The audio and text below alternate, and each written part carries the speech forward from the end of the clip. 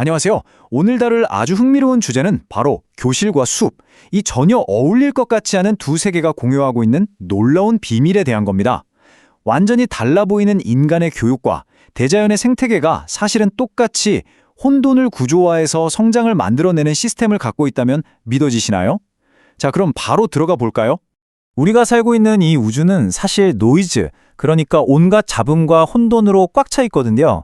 그런데 인간이든 자연 속 생명체든 살아남고 발전하기 위해서는 이 어지러운 노이즈를 싹 걸러내서 뭔가 쓸모있고 안정적인 구조로 바꿔야만 합니다. 여기서 아주 재미있는 의문이 하나 생기죠. 수십억 년의 시차를 두고 도대체 인간과 자연은 이 똑같은 문제에 대해 어떻게 똑같은 정답을 찾아낸 걸까요? 이걸 이해하려면요, 먼저 우리 인류가 이 다듬어지지 않은 날것의 정보들을 도대체 어떻게 정리해왔는지 넓게 한번 살펴볼 필요가 있습니다. 세상의 지식은 정말 파편화되어 있고 무질서하잖아요. 이걸 다음 세대에 안전하게 전달하기 위해 인류가 발명해낸 궁극의 해결책이 있습니다. 바로 우리가 너무나 잘 아는 교육 시스템이죠.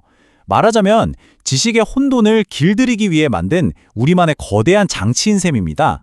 그래서 학문적인 관점으로 보면 우리가 흔히 보는 교과서는 그냥 단순한 종이뭉치가 아닙니다. 특정한 학습 목표에 도달하기 위해 아주 치밀하게 설계된 일종의 프로그램이거든요. 인류가 쌓아온 그 방대하고 통제 안 되는 지식이라는 카오스를 학생들이 아주 안전하고 소화하기 쉽게 싹 처리해주는 엄청나게 정교한 필터링 기계라고 보시면 됩니다. 예를 한번 들어볼게요.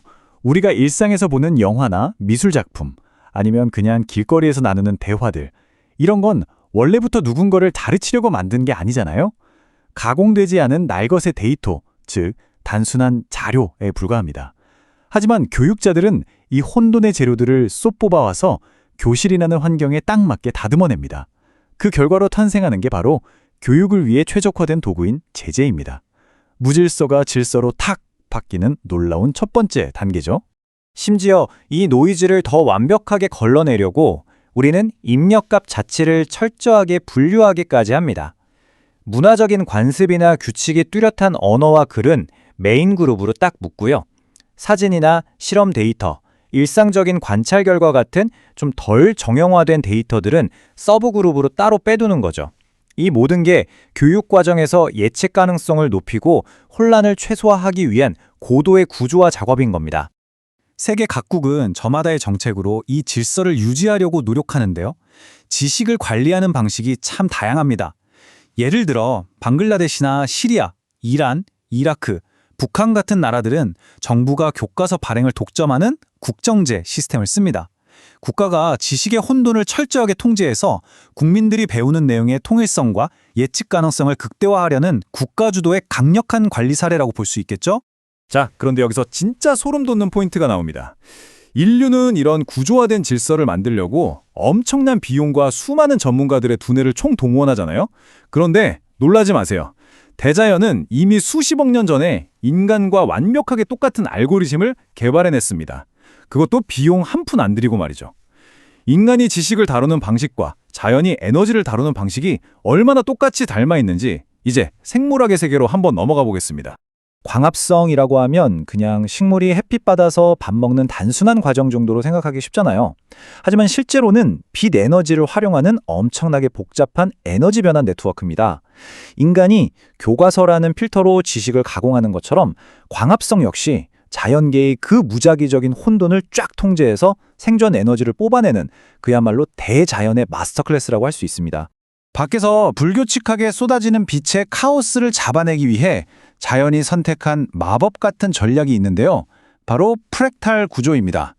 작은 구조가 전체 구조를 똑같이 닮는 자기 유사성을 이용해서 부분과 전체가 똑같은 패턴을 반복하며 공간을 완벽하게 조직해내는 거죠. 무질서한 환경 속에서 최대한 많은 에너지를 가장 안정적으로 흡수하기 위한 자연만의 기가 막힌 최적화 설계인 겁니다. 이 구조가 거대한 스케일에서 아주 미세한 스케일로 어떻게 이어지는지 알게 되면 진짜 입이 떡 벌어집니다. 거대한 나뭇가지에서 시작해 작은 인맥으로, 그리고 눈에 보이지도 않는 엽록체 내부의 틸라코이드 막까지 똑같은 구조가 끝없이 이어집니다.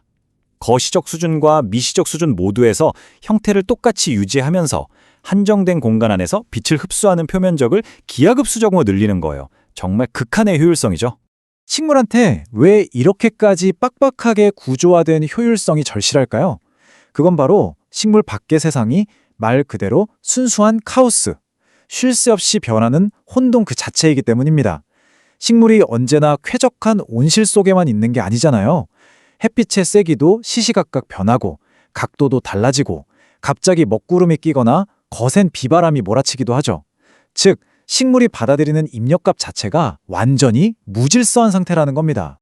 이 상황을 정리해보면 광합성이 마주하는 카오스는 세 가지 얼굴을 가집니다. 첫째, 자연이 주는 빛의 입력은 지극히 불규칙합니다. 둘째, 이 빛을 처리하는 내부 전자전달계는 아주 미세한 변화에도 극도로 민감하게 반응하죠. 그런데 셋째, 정말 기적 같게도 이 모든 혼란을 거쳐서 나오는 결과물은 늘 똑같습니다. 바로 안정적인 생명에너지, 포도당이죠. 완전히 난장판인 혼돈을 밀어넣었는데 완벽하게 정돈된 질서가 탁 튀어나오는 겁니다. 이제 이 흐름을 쫙 펴놓고 보면 자연의 놀라운 알고리즘이 아주 선명해집니다. 한쪽에는 비바람이 몰아치는 변덕스럽고 예측 불가능한 카오스가 있고, 다른 한쪽에는 프랙탈로 극도로 정교하게 짜인 내부 시스템이 있죠. 결국 광합성이란 건 미친 듯이 요동치는 불확실성을 아주 구조화된 필터에 통과시켜서 일관된 에너지로 바꾸는 과정인 겁니다. 어떠세요? 무질서한 세상의 지식을 교과서라는 필터로 싹 걸러내는 우리 인간의 방식과 완전히 똑같지 않나요? 여기서 우리가 얻을 수 있는 철학적인 통찰이 하나 있습니다. 변수 없이 완벽하게 통제된 질서는요, 너무 딱딱해서 환경이 조금만 변해도 부서져 버립니다. 반대로 완벽한 무질서는 에너지가 사방으로 줄줄 새어나가서 낭비만 심하죠. 그래서 대자연은 이 양극단을 전부 피합니다. 대신 프랙탈처럼 효율적이면서도 외부 혼돈에 아주 유연하게 적응할 수 있는 중간지대, 바로 생동감 넘치는 복잡계를 선택한 겁니다. 오늘 탐구를 마무리하면서 여러분께 아주 도발적인 질문을 하나 던져보고 싶네요. 대자연은 혼돈과 질서 사이의 절묘한 균형, 이 유연한 복잡계를 통해서 수십억 년 동안 훌륭하게 번성해 왔습니다. 그렇다면 교과서와 엄격한 커리큘럼으로 지식을 철저히 통제하고 꽉 짜인 예측 가능성만 강제하려는 우리 인간의 뻣뻣한 학습 시스템은 어떨까요? 과연 이게 우리가 진정으로 성장하기 위한 가장 훌륭하고 자연스러운 방식일까요? 수십억 년 전 이미 정답을 찾은 자연의 지혜를 빌려 우리의 배움에 대해 다시 한번 깊이 생각해 볼 때인 것 같습니다.